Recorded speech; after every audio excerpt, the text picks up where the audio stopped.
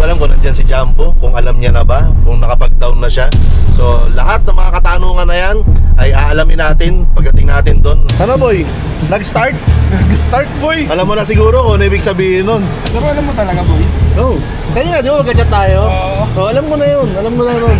Naisahan ako ah. Naisahan ka ba boy? Oo, naisahan ako. Naisahan ka ba o nakaisa ka? Wala ka pang down, may unit ka na. Ang ibig sabihin sir, nung nagkukwentuhan tayo na nakatambay tayo dyan, andyan na yung unit niya. Oo, di ba may dumating na 3 na nagawa.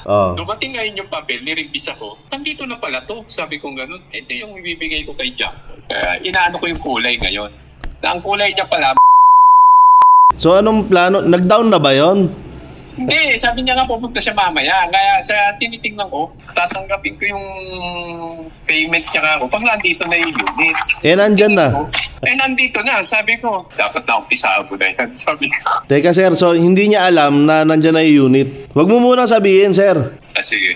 Sige sir, salamat sir. Ikaw lang magsabi. Basta ako tahimik lang. Sige sir, ako na magsasabi. Arigato. Sige. Ay. Okay. Well, ito lang, natawa na ako eh. Nakakatawa kasi yung idea, nandun na pala sa Ben 2Q kay Sir Edwin yung unit ni Jumbo. Hindi alam ni Jumbo na nandun na yung unit niya. Ako hindi ko rin alam. At ang nakakatawa dyan, hindi rin alam ni Sir Edwin na nandun na pala yung unit ni Jumbo sa Ben 2Q.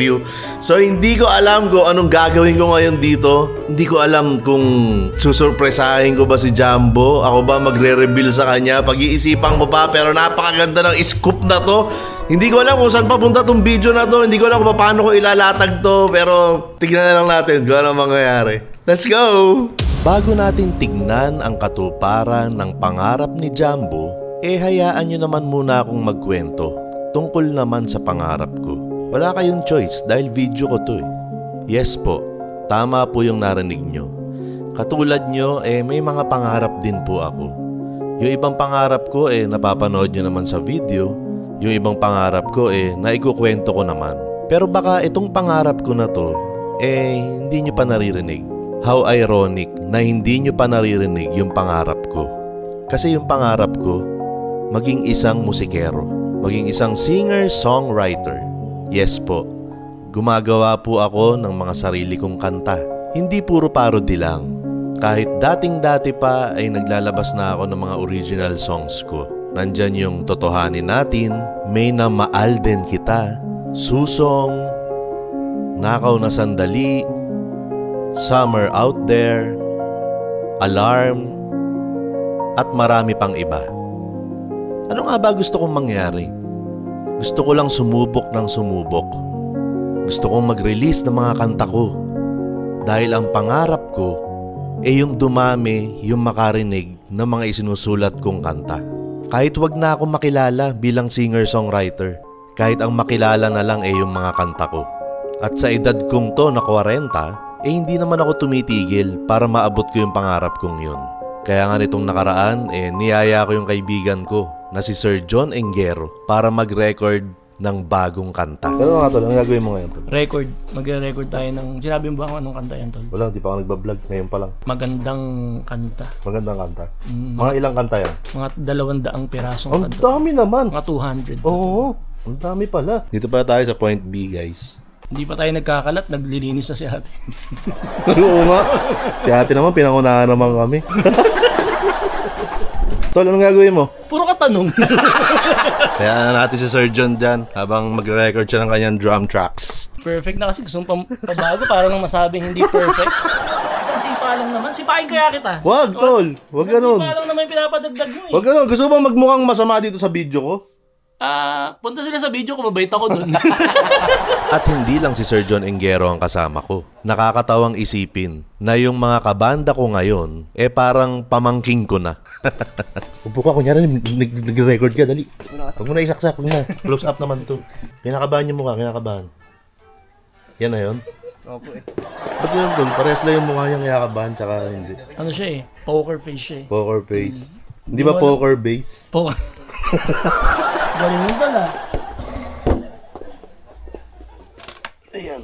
Wala nang line in, puro acoustic na lang. Para mas nakaka-pressure. Binasican ko lang, kaso ganun talaga. One take lang. Sino sa inyo ang susunod na nominado para umupo sa ating confession room? Listening daw para pahinga. Hindi man ako napagod eh. Ako sigurado ako yung pinapakanta ko hindi maniningil. Pero yung tatay, hindi ko alam kung... Send ko na lang sa yung Gcash number ko. Wow. May special guest kami sa kantang to. So yun lang, kinuwento ko lang naman kung ano yung isa sa mga pangarap ko. Okay. So ituloy na natin yung kwento sa pagtupad ng pangarap ni Jumbo. Ready na ba kayo? Let's go! Okay guys, andito na ako ngayon. On the way na ako papunta kay Sir Edwin. Hindi ko alam kung ano na ang nangyayari ngayon. Kasi kachat ko si Jumbo kanina. Pupunta raw siya ngayon kay Sir Edwin. At ang banggit niya ay ngayon daw siya magbibigay ng down payment. Parang naging running joke ko na yun, no? Sa tuwing magkikita kami ni Jumbo, sa tuwing tatambay kami kila Sir Edwin, lagi kong binibiro na nakapag-down ka na ba? Kasi totoo yun na pabalik-balik siya kila Sir Edwin. Yung mga una, tumitingin siya ng unit hanggang sa nakapag-desisyon na nga siya na kukuha na siya ng minivan kay Sir Edwin. Alam kong pabalik-balik siya doon. So kada balik niya doon at kada magkikita kami, lagi ko siyang tinatanong kung nakapag-down na ba siya. Kasi nagkausap na sila ni Sir Edwin. So hindi ko alam kung ano na nangyayari ngayon, kung nakapag-down na ba si Jumbo o alam niya na ba na nandun na yung unit niya. So hindi ko alam. Hindi niyo na itatanong. Hindi niyo na itatanong, pero ikukwento ko pa rin. Mukha lang po akong masamang tao sa mga vlog ko kasi lagi kong inaalaska at binubuska si Jumbo. Ayan, lumang term yun ha. Hindi ko alam kung may gumagamit pa ng term na yun ngayon. Yung binubuska, okay? Madalas kong binubuska si Jumbo sa mga vlog ko na bike lang bibilin yan, na wala yang minivan, walang pambili ng minivan yan, wala yang pera. Lagi ko siyang inaasar na ganun. Pero in reality, mga kaibigan, sa totoong buhay po, ako ang tumutulong kay Jumbo sa pagpili niya ng unit, sa kung saan siya kukuha. Inilapit ko siya sa iba't ibang builder kasi nga medyo matagal na panahon siyang undecided kung kukuha ba siya o hindi. At nung nakapag-decide siya na kukuha siya, undecided siya kung saan siya kukuha. So ako po yung kumakausap sa mga builder. So yan po yung totoong nangyayari sa totoong buhay. Mukha lang po akong salbahe at masama ugali sa mga vlog ko.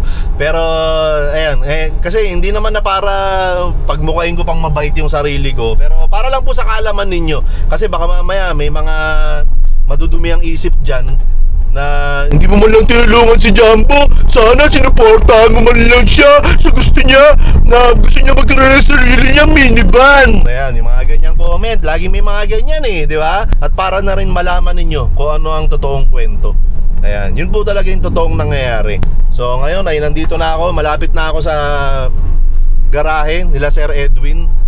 And ayan, tingnan natin kung anong lagay ng panahon dito.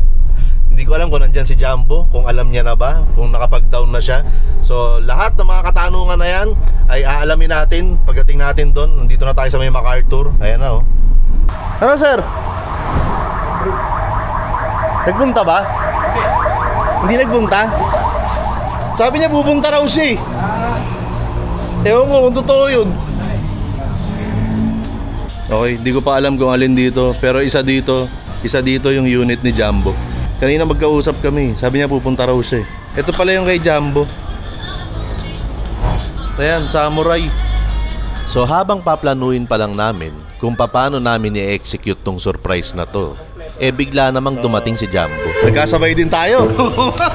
Madalas kasi dito kay Sir Edwin, parang ikaw na lang ang nagbablog dito Kaya kung susumahin natin, wala kaming naging plano ni Sir Edwin.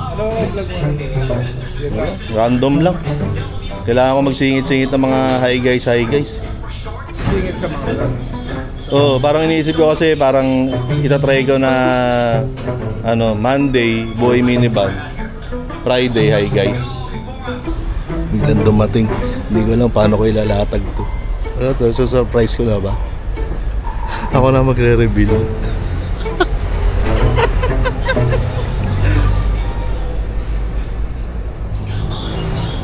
puro pakiramdaman na lang ang nangyari. Ganito mo, darating na yung baye. Ano ba sir? Dadating yung may-ari? Darating. Parang ganda rin ng ganyang kulay, no? Parang... Classic lang. No, classic. Yan yung original na kulay niyan. Kahit sa DA, di ba may DA17V. Oh, van yun. Okay. DA17W, wagon yun. Okay. Kaya V tsaka W. Okay. Okay, so ayan guys, may tutunan na naman kayo guys. Salamat, Kung siya mabait, ako matalino. Ganon po kami sa totoong buhay. Ano kasi dating yung may-ari, sir? Dito na yan. Dating na ba?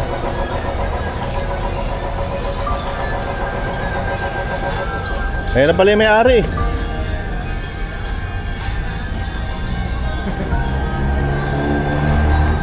Ito. Ayan. Di ba, sir? Siya yung may-ari. Siya yung may-ari nito, guys. So, ito, guys. Ayan yung minivan ni Jumbo. Sabay pa nag-start yan, boy. Seryoso ba yan? Ayan na yung plaka niyan, boy. Gusto mo ba yung Sir Edwin pa magsabi sa'yo? Uy, dalawa plaka, boy. Galante. Seryoso nga, boy. Yan nga yung unit mo. Ito pa naman yung sinakyan mo nakaraan. Oh, yan nga yung unit mo, boy.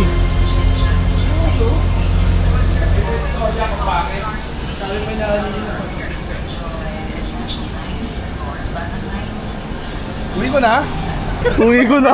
Hindi ka ba nagja-down, uwi mo na? Ang pakakapal naman ang mukha mo. Ang lamig ng aircon, boy. Lamig na. Ang lamig na. Ang lamig. Uy, Grabe talaga. automatic Power. sliding door. Kailangan talaga may darating. Ayan na pala yung may-ari. Sabi ko, ang ganda kasi ganyang kulay oh. Urik. Natuwa nga ako nung sinabi mo yun, gumanda lalo yung content ko. Basta mo content mo. Hindi ko pa rin alam. Nagbibideo lang ako eh. Ayan na guys, ito yung unit ni Jumbo. Pero syempre, hindi yan yung final na itsura niyan. Pero at least, eto na, nandito na yung unit ni Jumbo. Ano boy, nag-start? Oo boy. Alam mo na ibig sabihin nun, boy. Ano boy? Nag-start? Nag-start boy. Alam mo na siguro kung ano ibig sabihin nun. Mag-down na ako. Mag-down ka na. Kaya siyang ano eh, hindi mo na siya nakapansin ngayon na video ko ng video. Pero alam mo talaga boy. Oo. Kaya nga, di ba magka-chat tayo? Oo. Oh, alam mo na yun, alam mo na nun. Nakaisahan ako ah. Naisahan ka ba, boy? Oo, nakaisahan ako. Naisahan ka ba o nakaisa ka? Wala ka pang down, may unit ka na. Ayan, so matagal ka na palang nakikipagtitigan doon sa unit mo. At Hindi mo matagal mo alam. na siyang sinasakyan. Boy, parang ganun sa love life. Baka mamaya matagal na pala kayo nagkikita. Hindi mo lang alam na kayo pala yung para sa isa't isa. Oo nga no. Di ba? Parang ganun lang, boy. Love life. Love life. Wala ka nun, di ba? Wala. At least may minivan ka. Siyempre, maraming salamat kay Sir Edwin. Ayan guys, again, nandito kami sa Ben2Q, dito sa may Valenzuela, kila Sir Edwin. Hindi ko naman nahayaan na dito nyo unang makikita to. So, kung napapanood nyo to, ibig sabihin, naka-upload na rin yung video ni Jumbo kung saan pinakita niya na yung itsura ng unit niya. Okay? So, ayan, this is my own story. Ayos ba, boy? Ayos. Congrats, boy. Thank you boy. Masaya ako para sa'yo. Welcome sa minivan. Ay, hindi ka pala namin tatanggapin dun. Bakit? Bawal ka dun. Hindi ka nagda-down.